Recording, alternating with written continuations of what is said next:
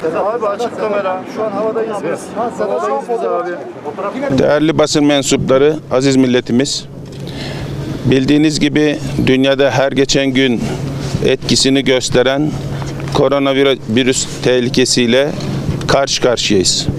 Ve en son Çin'den sonra yakın komşumuz İran ve özellikle Kum kenti ve Meşet kenti odaklı enfeksiyonun, salgının giderek artmış olması, ölü sayısının giderek artışı sebebiyle özellikle hem kara hem hava hem de demiryoluyla ilgili tedbirlerimizi yoğunlaştırmıştık. Ve İran 19'unda bir ölü vakasının bilgisini verdikten sonra ertesi gün sınırda bütün gelen vatandaşlarımızın sağlık taramalarını yapıp riskli olan kişileri hastane ortamında karantinaya almıştık.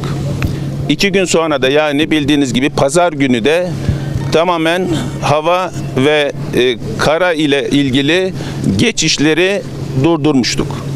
Bu süreçte özellikle gelen vatandaşlarımız var.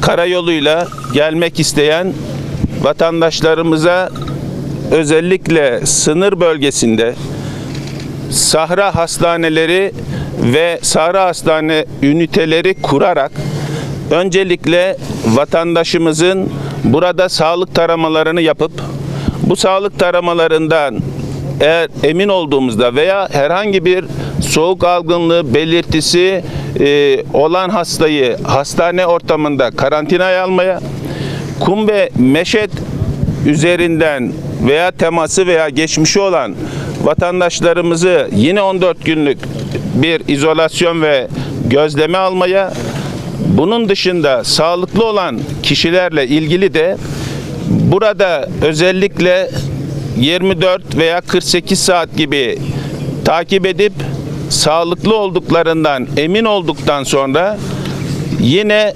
gerektiğinde bilim kurulunun önerisiyle ev ortamında da sağlık personelinin yakın takip etmesi şartıyla 14 gün izolasyon ve gözetim altında tutmak istiyoruz. Bu sebeple sınırda bugün oluşturduğumuz Sahra Hastanesi ve ünitelerini yerinde görmek, var olan bir eksiklik varsa bunu gidermek amacıyla bugün gelmiş oldum. Demin Sahra Hastanesi ve ünitelerini ziyaret ettim. Vatandaşlarımızla belli bir mesafede iletişim içinde olduk ve bu süreçte özellikle şu an 60 kişinin Gürbulak sınır kapısında aldığımız ve takip ettiğimiz kişi olduğunu ve bu 60 kişi vatandaşımız için de sağlık belirtisi, bu anlamda soğuk algınlığı belirtisi olduğunu bildiğimiz 3 kişiyi hastane ortamına aldık. Bunun dışındaki vatandaşlarımızdan Kum ve Meşet geçmişi olan 10 kişiyi ayrı bir ünitede barındırıyoruz ve onları daha yakın takip etmek istiyoruz. Ben özellikle şunu söylemek istiyorum. İran'da olan vatandaşlarımızın sınırı zorlamamalarını ve bulundukları ortamda, evde veya otelde mümkün mertebe dışarı çıkmadan bulundukları evi veya ortamı havalandırmalarını, maskeli bu dönemde maskeli olmaları gerektiğini, özellikle kişisel hijyen ve el yıkama dahil olmak üzere yakın temasın olmaması gerektiğini, bu dönemde bizim imkanlar ölçüsünde sınırdan belli şartlarla alıp 14 gün zorunlu olarak gözetim altına alacağımızı bilmelerini, buna göre gelme noktasında bir irade içinde olmalarını özellikle söylemek istiyorum.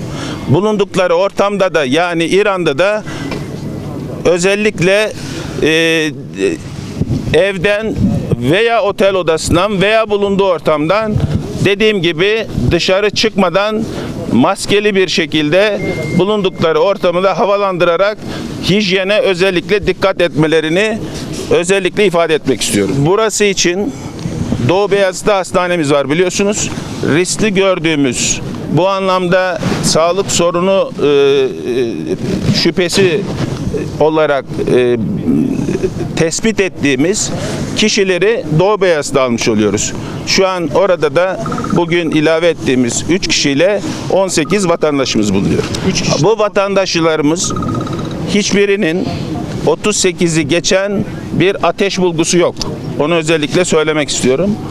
Solunum sıkıntısı yok. Öksürük ve boğaz ağrısı gibi yakınmaları var. Biz hassasiyet gösterip daha yakın takip etmek istiyoruz. Tedbirli olmak istiyoruz. Sadece burada 37 arkadaşımız aktif çalışıyor. Şu an burada 24 tane ambulansımız var. Kimi ambulansımızda 4 sedyeli ambulansımız var ve şu an kapasitemiz zannediyorum birkaç saat içerisinde 120-130 kişiye çıkmış olacak. Ama akşama kadar muhtemelen 200-220'ye kadar çıkabilir. Biz buradan emin olduktan sonra geri planda hastane veya gözetim altına almak üzere bir çaba içindeyiz.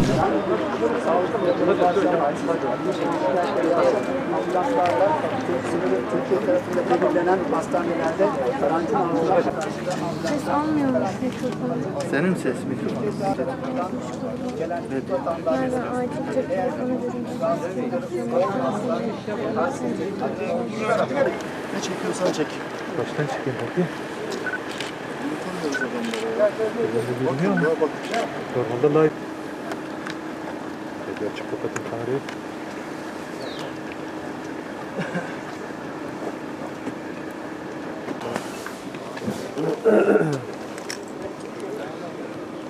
Tamam, detay veriyorum. Kayıt.